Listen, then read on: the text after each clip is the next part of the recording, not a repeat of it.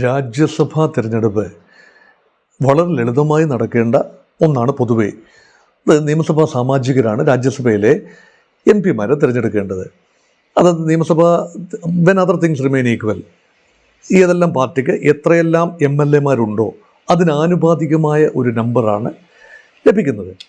ഇവിടെ പല സംസ്ഥാനങ്ങളിലും ഉണ്ട്. ഇപ്പോൾ 25ഓളം രാജ്യസഭാ സീറ്റുകളിലേക്ക് തിരഞ്ഞെടുപ്പ് നടക്കുന്നു. രാജ്യസഭയുടെ ഒരു രീതി അനുസരിച്ച് 1/3 of the members retire every 2 years. ഒരു പെർമനൻറ്റ് ഹൗസാണ് രാജ്യസഭ. 6 വർഷം ഒരു അംഗത്തിന് കാലാവധി ലഭിക്കും. ഒരു കാലാവധി ലഭിച്ച 1/3 പേര് ഓരോ 2 വർഷം കഴിയുന്തോറും മാറുകയും ആ സ്ഥാനങ്ങളിലേക്ക് തിരഞ്ഞെടുപ്പ് നടക്കുകയും ചെയ്യും. അത് ഒരേ സമയത്തായിരിക്കില്ല നടക്കുന്ന, പല സമയങ്ങളിലായിട്ടായിരിക്കും. ഒരു സീറ്റ് മാത്രം വേക്കൻസി വരുന്നു. അപ്പോൾ ചിലപ്പോൾ ഇവിടെ ജാർഖണ്ഡിൽ 2-3 സീറ്റിൽ വേക്കൻസി ഉണ്ട്, മധ്യപ്രദേശിലും 3 സീറ്റുകളിൽ വേക്കൻസി ഉണ്ട്. അത്രയും സീറ്റുകളിൽ ചിലപ്പോൾ ഒരു സീറ്റായിരിക്കാം. അപ്പോൾ സ്ഥിതിഗതികൾ വ്യത്യാസമാകാം. ആ രീതിയിലാണ് രാജ്യസഭാ തിരഞ്ഞെടുപ്പ് നടക്കുന്നത്. ഇനി ഇപ്പം വിഷയത്തിലേക്ക് വരികയാണ്. കോൺഗ്രസിൻ്റെ ഏക സ്ഥാനാർത്ഥി മധ്യപ്രദേശിൽ വിജയിപ്പിച്ചെടുക്കാവുന്ന സ്ഥാനാർത്ഥി മീനാക്ഷി നടരാജൻ, ആ വ്യക്തിയുടെ നാമനിർദ്ദേശ പത്രിക റിട്ടേണിംഗ് ഓഫീസർ തള്ളിയത് വൻ വാർത്തയായിരുന്നു. തള്ളാൻ പറഞ്ഞ കാരണങ്ങളാണ് ബഹുരസം. അവർക്കെതിരെ നേരിട്ട് ക്രിമിനൽ കേസുകളില്ല, മറ്റു കാര്യങ്ങളൊന്നുമില്ല. പക്ഷേ തൻ്റെ ചുമതലയിലുള്ള സംസ്ഥാനം, അത് AICCയുടെ സെക്രട്ടറി എന്ന നിലയിൽ ഇപ്പം ഇവിടെ ദീപദാസ് മുൻഷി കേരളത്തിൻ്റെ ചുമതലയാണ്. അതുപോലെ മീനാക്ഷി നടരാജൻ തെലങ്കാന സംസ്ഥാനത്തിൻ്റെ ചുമതലയാണ്. അതുകൊണ്ട് 2025 മുതൽ ഹൈദരാബാദിലാണ് അവരുടെ ആസ്ഥാനം. അവിടെ ഉത്ഭവിച്ച ഒരു തർക്കം, അത് കോൺഗ്രസ് പാർട്ടിക്ക് ഉള്ളിൽ ഉദ്ഭവിച്ച ഒരു തർക്കം. ഒരു കോൺഗ്രസ് നേതാവിനെതിരെ അവിടുത്തെ ഒരു ലോക്കൽ ആൾ കൊടുത്ത പരാതി പീഡന പരാതിയാണ്, അല്ലെങ്കിൽ വളരെ മോശമായി വാക്കുകൾ ഉപയോഗിച്ച് പെരുമാറി എന്നൊരു പരാതിയാണ്. ആ പരാതിയിൽ നേരിട്ട് ഒരു രീതിയിലും ഈ വ്യക്തി പങ്കാളിയല്ല. ചുമതലക്കാരി എന്ന നിലയിൽ ഇവർ ഇംപ്ലിക്കേറ്റഡ് ആവുകയാണ്. അപ്പോഴാകെയുള്ളത് ഒരു പ്രൈവറ്റ് കംപ്ലൈൻറ്റ് മാത്രമാണ്. ക്രിമിനൽ കേസിൽ പ്രതി ചേർക്കപ്പെട്ടിട്ടില്ല, വാദിയുമല്ല, പ്രതിയുമല്ല, ഇൻവോൾവ് അല്ല. പക്ഷെ അങ്ങനെ പുറത്ത് പറയേണ്ട കാര്യം പോലും ഇല്ലാത്ത ഒരു കേസിൽ, അല്ല കേസ് പോലുമല്ല, ഒരു പരാതിയിൽ അത് ഇലക്ഷൻ കമ്മീഷൻ്റെ ഫോം 26 അനുസരിച്ച് സത്യവാങ്മൂലം കൊടുക്കേണ്ടതാണ്. തനിക്കെതിരെയുള്ള കേസുകളെക്കുറിച്ച് നാമനിർദ്ദേശ പത്രിക ഫയൽ ചെയ്യുമ്പോൾ ഓരോ സ്ഥാനാർത്ഥിയും ഇലക്ഷൻ കമ്മീഷനെ അറിയിക്കേണ്ടതാണ്. അല്ലെങ്കിൽ ഭരണാധികാരിയുടെ റിട്ടേണിംഗ് ഓഫീസറുടെ മുമ്പിൽ സാക്ഷ്യപത്രം സമർപ്പിക്കുമ്പോൾ ഫോം 26-ൽ വ്യക്തമായി എഴുതേണ്ടതാണ് തനിക്കെതിരെ നിലവിൽ ഇത്ര കേസുകളുണ്ട്, ഇന്നതൊക്കെയാണ് കേസുകളുടെ ഇപ്പോഴത്തെ അവസ്ഥ. അതിൽ ഈ കാര്യം വിട്ടുപോയി എന്ന് ഓർമ്മിപ്പിച്ചുകൊണ്ട് BJP പരാതിപ്പെടുകയാണ്. അതുമാത്രമല്ല, ഇതൊക്കെ ഒരു സ്റ്റേജ് മാനേജ്ഡ് അല്ലേ എന്ന് ചിന്തിക്കാൻ കാരണമുണ്ട്. BJPക്ക് ജയിപ്പിച്ചെടുക്കാൻ കഴിയുന്നത് 2 MP-മാരെയാണ്. കോൺഗ്രസിന് ഇവരുടെ സാമാജികരുടെ എണ്ണം വെച്ച് നോക്കുമ്പോൾ ഒരാളെ ജയിപ്പിച്ചെടുക്കാനുള്ള നമ്പേഴ്സ് ഉണ്ട്. അപ്പോൾ BJPക്ക് 2ഉം കോൺഗ്രസിന് 1ഉം എതിരില്ലാതെ തിരഞ്ഞെടുക്കപ്പെടാവുന്ന ഇലക്ഷനാണ്. പക്ഷേ BJP 3ാമത് ഒരു സ്ഥാനാർത്ഥിയെയും നിർത്തി. അപ്പോൾ ഇങ്ങനെ ഒരു സാധ്യത കണ്ടുകൊണ്ടാണ് 3ാമത്തെ സ്ഥാനാർത്ഥിയെ നിർത്തുന്നത്. ഒന്നുകിൽ കോൺഗ്രസിനുള്ളിൽ നിന്ന് തന്നെ ക്രോസ് വോട്ടിംഗ് ഉണ്ടാകണം. പണ്ടൊക്കെ അങ്ങനെ ഉണ്ടായിട്ടുണ്ട്. പല തിരഞ്ഞെടുപ്പിലും നമ്മൾ കണ്ടതാണ്. ഗുജറാത്ത് തിരഞ്ഞെടുപ്പിൽ, ഹിമാചൽ പ്രദേശിലെ തിരഞ്ഞെടുപ്പിൽ ഒക്കെ നമ്മൾ കണ്ടതാണ്. ഒരിക്കൽ മനു അഭിഷേക് സിംഗ്വി, ഇപ്പോൾ ഈ കേസ് ടേക്കപ്പ് ചെയ്യുന്നത് മനു അഭിഷേക് സിംഗ്വിയാണ്, കോൺഗ്രസിൻ്റെ നേതാവും വക്കീലും ഒക്കെയായ മനു അഭിഷേക് സിംഗ്വി. അദ്ദേഹം തന്നെ പരാജയപ്പെട്ടത് ഇങ്ങനെ ഒരു കുതികാൽ വെട്ടലിലൂടെയാണ്. അപ്പോൾ പലപ്പോഴും കോൺഗ്രസിന് രാജ്യസഭാ സീറ്റുകൾ ലഭിക്കാവുന്ന സീറ്റുകൾ MLA-മാരുടെ നമ്പർ ഉണ്ടായിട്ട് പോലും ലഭിക്കാതെ ഇരുന്നത് കുതികാൽ വെട്ട് കാരണവും മറ്റു പല കാരണങ്ങളും. പക്ഷേ ഇത് ആദ്യമായിട്ടാണ് ഡിസ്ക്വാളിഫിക്കേഷൻ എന്ന തന്ത്രം പയറ്റുന്നത്. ആദ്യമായിട്ടാണ്. ഇതൊരിക്കലും കോൺഗ്രസ് പാർട്ടി പ്രതീക്ഷിച്ചിരുന്നതല്ല. മീനാക്ഷി നടരാജൻ ഒരിക്കലും പ്രതീക്ഷിച്ചില്ല. തനിക്കെതിരെ ഇങ്ങനെ ഒരു ചതി ഉണ്ടാകും എന്ന് പ്രതീക്ഷിച്ചില്ല. അപ്പോൾ അതിന് പരാതിപ്പെടാൻ കോൺഗ്രസിലെ നേതാക്കൾ ഡൽഹിക്ക് പോയി. അവർ ഇലക്ഷൻ കമ്മീഷന് മുന്നിൽ കുത്തിയിരുന്നു. അവസാനം കഴിഞ്ഞതിന് ശേഷം 2 പേരെ ഇലക്ഷൻ കമ്മീഷനുമായിട്ട് സംസാരിക്കാനായി അനുവാദം നൽകി. ഇതൊക്കെ വലിയൊരു കാര്യമാണ്. ഒരു നിഷ്പക്ഷമായി, പാർട്ടി ഭേദമന്യേ നിഷ്പക്ഷമായി തിരഞ്ഞെടുപ്പ് പ്രക്രിയ നടത്തേണ്ട സ്ഥാപനമാണല്ലോ ഭരണഘടനാ സ്ഥാപനമായ ഇലക്ഷൻ കമ്മീഷൻ. ഭരണഘടനാ സ്ഥാപനത്തിൻ്റെ വിശ്വാസ്യത എത്രത്തോളം ഉണ്ട് എന്നത് വളരെ വലിയ ചോദ്യചിഹ്നമായി മാറുകയാണ്. അവിടെയാണ് മീനാക്ഷി നടരാജൻ്റെ വിഷയം ഗൗരവമായി പരിഗണിക്കണം. ജാർഖണ്ഡിൽ സമാനമായ സാഹചര്യത്തിൽ ഭാരതീയ ജനതാ പാർട്ടിയുടെ സ്ഥാനാർത്ഥിക്ക് നേരെ വരുന്ന ആരോപണങ്ങൾ, പരാതികൾ പരിഗണിക്കപ്പെടുന്നതേയില്ല. അവിടെയാണ് ഇരട്ട നീതി എന്ന് പറയുന്നത്.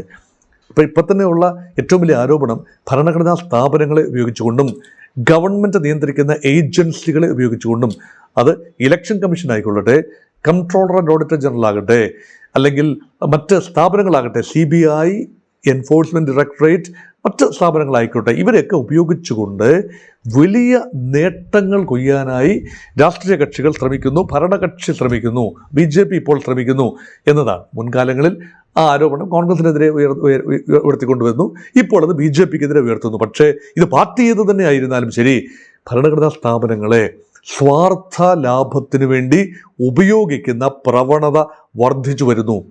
സ്നേഹമുള്ള പ്രേക്ഷകരോട് ഒരു കാര്യം സൂചിപ്പിക്കട്ടെ, ഒരു വ്യവസ്ഥ നിലനിൽക്കുന്നത് എത്രത്തോളം കാലം? ഭരണഘടന ഉള്ളിടത്തോളം കാലമെന്നാണ് ആദ്യ ഉത്തരം. പക്ഷേ ഭരണഘടനയിലുള്ള വിശ്വാസം എന്ന് പറഞ്ഞാൽ ഭരണഘടനാ സ്ഥാപനങ്ങളിലുള്ള വിശ്വാസം കൂടിയാണ്. ഭരണഘടനാ സ്ഥാപനങ്ങൾ നിയമവാഴ്ചയുടെ അടിസ്ഥാനത്തിൽ നിലനിർത്തപ്പെടുന്നു, ഓപ്പറേറ്റ് ചെയ്യപ്പെടുന്നു എങ്കിൽ ഭരണഘടനയിലുള്ള വിശ്വാസം പൂർണ്ണമായിരിക്കും. ആ രാജ്യം സുഗമമായി മുന്നോട്ട് പോകും. ഗവൺമെൻറ്റുകൾ മാറി മാറി വരും, രാഷ്ട്രീയം എന്തു തന്നെയായിരുന്നാലും രാജ്യം ശിഥിലമാവില്ല. പക്ഷേ ഭരണഘടനാ സ്ഥാപനങ്ങളുള്ള വിശ്വാസം നഷ്ടപ്പെട്ടു കഴിഞ്ഞാൽ ജനം തെരുവിലിറങ്ങുമെന്ന് മാത്രമല്ല, അത് ജനാധിപത്യ പ്രക്രിയ മാത്രമല്ല, സംവിധാനം തന്നെ മാറ്റിമറിക്കാനുള്ള ചിന്തകൾ ഉണ്ടാകുന്നത് അപ്പോഴാണ്. ഇപ്പോൾ റാഡിക്കൽ റെവല്യൂഷണറി തോട്ട്സൊക്കെ വരുന്നത് അപ്പോഴാണ്. ആ രീതിയിലൊന്നും എത്തി നിൽക്കാനുള്ള സാഹചര്യം നമ്മുടെ രാജ്യത്തുണ്ടാകാൻ പാടില്ല. അതുകൊണ്ട് തീർച്ചയായും ഒരു ലെവൽ പ്ലേയിങ് ഫീൽഡ് പൊളിറ്റിക്കൽ പാർലൻസിൽ ഉണ്ടാവണം. ഗവൺമെൻറ് മാറി വരും, ഇലക്ഷൻ നടക്കും, സുഗമമായി നടക്കണം. അതിനൊരിക്കലും റഫറി കയറി ഗോൾ അടിക്കുന്ന സാഹചര്യം ഉണ്ടാവരുത്. ഇപ്പോൾ രാഹുൽ ഗാന്ധി പറഞ്ഞ വോട്ട് ചോരി പൂർണ്ണമായ അർത്ഥത്തിൽ ശരിയായിക്കൊള്ളണമെന്നില്ല. ഭാഗികമായ അർത്ഥത്തിൽ എക്കാലത്തും ടാമ്പറിങ് നടക്കാറുണ്ട്. വോട്ടർ പട്ടികയിൽ ഭരണകക്ഷിക്ക് താല്പര്യമുള്ള രീതിയിൽ വോട്ടർ പട്ടിക ക്രമീകരിക്കാൻ എന്ത് നീക്കവും നടക്കും. അത് SIRലൂടെ നടക്കുന്നു, മറ്റു പല രീതിയിലും നടന്നിട്ടുണ്ട്. എക്കാലത്തും വ്യാജ വോട്ടുകൾ കയറ്റുകയും ജെനുവിൻ വോട്ടുകൾ വെട്ടുകയും ഒക്കെ കയറ്റുന്ന കലാപരിപാടി കാലാകാലങ്ങളിൽ നടന്നിട്ടുണ്ട്. മുൻകാലങ്ങളിൽ ഉണ്ടായിരുന്ന കള്ളവോട്ട്, ആൾമാറാട്ടം കാര്യമായി കുറഞ്ഞിട്ടുണ്ട്. പക്ഷേ പുതിയ രൂപത്തിലാണ് കള്ളവോട്ട് വരുന്നത്. ഈ രൂപത്തിലല്ല, അതായത് മൊത്തം തന്നെ ചില വിഭാഗങ്ങളെ തന്നെ എക്സ്ക്ലൂഡ് ചെയ്തുകൊണ്ട്, അത് കള്ളവോട്ടെന്ന് പറയാനാവില്ല, പുതിയ ചില ആളുകൾക്ക് അവസരം നൽകിക്കൊണ്ട് ആ രീതിയിൽ സ്ട്രക്ചറൽ ക്രമക്കേടുകളിലേക്കാണ് നീങ്ങുന്നത് എങ്കിൽ ഒരിക്കലും ജനാധിപത്യമെന്ന പ്രിയാമ്പിളിൽ പറയുന്ന ഭരണഘടനാ ആശയം നിലനിൽക്കില്ല. അതില്ല എങ്കിൽ സുഗമമായ അധികാര കൈമാറ്റം നടക്കില്ല. ഇപ്പോൾ തന്നെ മമതാ ബാനർജി പരാജയപ്പെട്ടു. ഇലക്ഷനിൽ പരാജയപ്പെട്ടതിന് ശേഷം അധികാരം കൈമാറാൻ മമതാ ബാനർജി വിസമ്മതിച്ചു. അത് ന്യായമല്ല. അധികാരം കൈമാറണം, പക്ഷേ അതുമായി ബന്ധപ്പെട്ട കേസുകളുണ്ട് എങ്കിൽ, വയലൻസ് അല്ലെങ്കിൽ ക്രമം അനുസരിച്ച് തനിക്കുള്ള അവകാശം സംരക്ഷിച്ചിട്ടില്ല എങ്കിൽ മമതാ ബാനർജി കോടതിയെ സമീപിക്കാനാവണം. പക്ഷെ കോടതിയിൽ വിശ്വാസമുള്ളിടത്തോളം കാലം മാത്രമേ ഒരു വ്യവസ്ഥയ്ക്ക് മുന്നോട്ട് പോകാനാവൂ. അതുകൊണ്ട് ഈ വീഡിയോയുടെ പ്രധാന ഉദ്ദേശം, മധ്യപ്രദേശിൽ ഒരു രാജ്യസഭാ സീറ്റിൽ മീനാക്ഷി നടരാജൻ്റെ സ്ഥാനാർത്ഥിത്വം ലംഘിച്ചു എന്നത് ഒറ്റപ്പെട്ട സംഭവമായി കരുതേണ്ടതില്ല. വ്യാപകമായി പ്രതിപക്ഷത്തെ അംഗസംഖ്യ കുറച്ചുകൊണ്ട് വരികയും ഒന്നുകിൽ സ്പ്ലിറ്റ് എഞ്ചിനീയർ ചെയ്യുക, അല്ലെങ്കിൽ പിളർന്നു മാറാനുള്ള സാഹചര്യം ഒരുക്കുക, ആ വിഭാഗത്തെ കൂടെ നിർത്തുക. നമ്മൾ കണ്ടു, തൃണമൂൽ കോൺഗ്രസിൻ്റെ 29 MP-മാർ, ലോക്സഭ MP-മാരിൽ 20 പേരെയും BJP കൂടെ നിർത്തിയിരിക്കുകയാണ്. അല്ലെങ്കിൽ അവർക്ക് അനുകൂലമായ ദേശീയ ജനാധിപത്യ സഖ്യത്തിലേക്കുള്ള വഴിയിലാണ്. ചില പാർട്ടികൾ പിളർത്തുന്നു, കൂടെ നിർത്തുന്നു.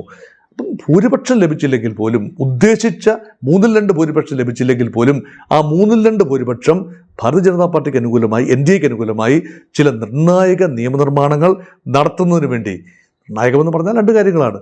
ഒന്ന്, ഡീലിമിറ്റേഷൻ ഓഫ് ദി കോൺസ്റ്റിറ്റ്യുവൻസീസ്. അത് BJPക്ക് അനുകൂലമാകാം എന്ന് പ്രഥമ ദൃഷ്ടിയാ വിചാരിക്കാവുന്ന, BJPക്ക് മാത്രം അനുകൂലമാകണമെന്നില്ല. നിയോജകങ്ങളുടെ എണ്ണം കൂടുമ്പോൾ അത് BJPക്ക് മാത്രമാണ് അനുകൂലമെന്ന് പറയാനാവില്ലല്ലോ. മറുപക്ഷം ശക്തമാണെങ്കിൽ, സംഘടനാപരമായി കോൺഗ്രസോ സമാജ്വാദി പാർട്ടിയൊക്കെ ശക്തമാകുമെങ്കിൽ അവിടെയും അവർക്ക് നേട്ടമുണ്ടാക്കാം. പക്ഷേ പ്രകടമായി ഇപ്പോഴത്തെ നിലയിൽ BJPക്ക് അനുകൂലമെന്ന് തോന്നാവുന്ന ഒരു നിയമനിർമ്മാണം. 2, 1 നേഷൻ 1 ഇലക്ഷൻ. ഒരുമിച്ച് പോരുമ്പോൾ നിലവിലുള്ള ഏറ്റവും ശക്തമായ കക്ഷി അത് BJP ആണ്.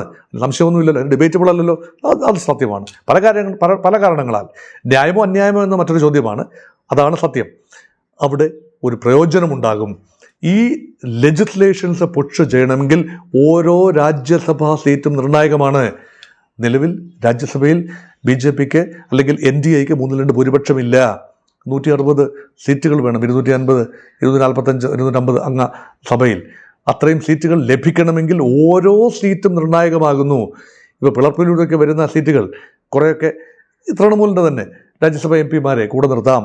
ആം ആദ്മി പാർട്ടിയുടെ 8 രാജ്യസഭ MP മാരിൽ 7 പേരെയും കൂടെ നിർത്തിയില്ലേ? അതുപോലെയൊക്കെയുള്ള നീക്കങ്ങൾ. അപ്പോൾ ഓരോ സീറ്റും പല രൂപത്തിൽ നാമനിർദ്ദേശ പത്രികയൊക്കെ തള്ളിക്കളഞ്ഞുകൊണ്ട് റിട്ടേണിംഗ് ഓഫീസറെ വരുതിയിലാക്കി ഇലക്ഷൻ കമ്മീഷനിലൂടെ അങ്ങനെ ചെയ്തിട്ടുണ്ട് എങ്കിൽ, ഉണ്ട് എന്ന് പറയാൻ ഞാൻ ആളല്ല. അങ്ങനെയാണ് സംഭവിച്ചത്. അങ്ങനെ മനഃപൂർവ്വമായിട്ട് അങ്ങനെ ചെയ്തു. നിയമം അനുശാസിക്കാത്ത ഒരു രീതിയിൽ അൺസെറിമോണിയസായി നടരാജൻ്റെ നാമനിർദ്ദേശ പത്രിക തള്ളിയിട്ടുണ്ടെങ്കിൽ അതിന് വരാനിരിക്കുന്ന വലിയ മാറ്റങ്ങളുടെ സൂചനയായി കാണാവുന്നതാണ്. ജനാധിപത്യത്തിൻ്റെ ശ്രീകോവിലാണ് പാർലമെൻറ്റ്. ആ ശ്രീകോവിലിനെ പാർലമെൻ്റ് ആകുന്ന, ലോക്സഭ രാജ്യസഭ ആകുന്ന ഡെമോക്രസിയുടെ സാങ്ക്ടം സാങ്ക്ടോറം പങ്കിലമാകാൻ പാടില്ല.